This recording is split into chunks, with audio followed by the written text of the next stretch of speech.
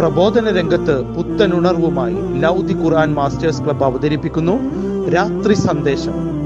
എന്നും രാത്രി 9 മണിക്ക് യൂട്യൂബിലൂടെ പ്രസംഗ പരിശീലന കളരിയിലെ പഠിതാക്കൾ നിങ്ങൾക്കായി ഒരുക്കുന്നു. കേൾക്കുക, പ്രബുദ്ധരാവുക, മറ്റുള്ളവരിലേക്ക് എത്തിക്കുക.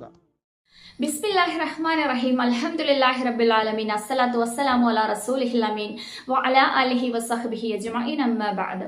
എന്റെ ശബ്ദം ശ്രവിക്കുന്ന മാന്യ ശ്രോതാക്കളെ, അസ്സലാമു അലൈക്കും വറഹ്മത്തുള്ളാഹി വബറകാതുഹു. വിശ്വാസിയുടെ പ്രത്യേകത എന്ന വിഷയത്തെക്കുറിച്ചുള്ള അവബോധം എന്നോടെന്ന പോലെ നിങ്ങളെയും ഉണർത്തുക എന്ന ലക്ഷ്യത്തോടു കൂടിയാണ് ഞാൻ നിങ്ങൾക്ക് മുന്നിൽ നിൽക്കുന്നത്. ആരാണ് വിശ്വാസികൾ? മത അടിസ്ഥാനത്തിൽ ദൈവത്തിലുള്ള അടിയുറച്ച ഭക്തിയും പ്രമാണങ്ങളിലുള്ള വിശ്വാസവും ധാർമ്മിക മൂല്യങ്ങൾ മുറുകെ പിടിച്ചുകൊണ്ട് ജീവിതത്തിൽ പാലിക്കുന്നവരുമാണ് യഥാർത്ഥത്തിലുള്ള വിശ്വാസികൾ.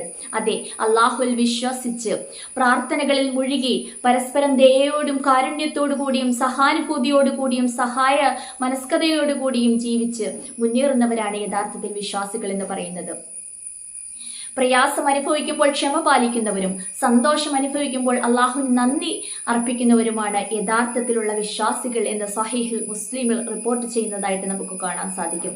അതുപോലെ തന്നെ പരിശുദ്ധ ഖുർആനിലെ 42-ാം അധ്യായം സൂറത്ത് ഷൂറയിൽ അള്ളാഹു സുബ്ഹാനഹു വ തആല സത്യവിശ്വാസികളുടെ പ്രത്യേകതകളെ കുറിച്ച് നമ്മെ ഉണർത്തുന്നുണ്ട്. എന്താണ്? അള്ളാഹുവിൽ പൂർണ്ണമായിട്ടും ആ ഏക ദൈവത്തിൽ വിശ്വസിക്കുക, അള്ളാഹുവിന്റെ റസൂൽ മുഹമ്മദ് നബി സല്ലല്ലാഹു അലൈഹി വസല്ലം ആണെന്ന് വിശ്വസിച്ചുകൊണ്ട്, അള്ളാഹു വചനങ്ങളിൽ പൂർണ്ണമായിട്ടും വിശ്വസിച്ചുകൊണ്ട്, റസൂലിന്റെ സുന്നത്തുകൾ പൂർണ്ണമായിട്ടും ജീവിതത്തിൽ അനുധാവനം ചെയ്തുകൊണ്ട് മുന്നേറാൻ ശ്രമിക്കുക. വിശ്വാസമാണ് ഇസ്ലാമിന്റെ അടിസ്ഥാനം. രണ്ടാമതായി, ഏതൊരു കാര്യത്തിലും അല്ലാഹു സുബ്ഹാനഹു വ തആലയുടെ പൂർണ്ണമായിട്ട് തവക്കുൽ ചെയ്യാൻ ശ്രമിക്കുക എന്നുള്ളതാണ്. മൂന്നാമതായി, വൻ പാപങ്ങളിൽ നിന്നും വിട്ടുനിൽക്കുക, പൂർണ്ണമായിട്ടും അത് ജീവിതത്തിൽ ഉപേക്ഷിക്കുക. അള്ളാഹുവിന്റെ ശിക്ഷയെ ഭയപ്പെടുന്ന ഏതൊരു വിശ്വാസിയും അത്തരത്തിലുള്ള പാപങ്ങളിൽ നിന്ന് പൂർണ്ണമായിട്ട് മുക്തമാകുക. നാലാമതായിട്ട്, മനുഷ്യത്വത്തിനും മാന്യതയ്ക്കും നിരക്കാത്ത തരത്തിലുള്ള നീച്ച കൃത്യങ്ങൾ പൂർണ്ണമായിട്ട് നമ്മുടെ ജീവിതത്തിൽ നിന്നും വർജിക്കുവാൻ ശ്രമിക്കുക.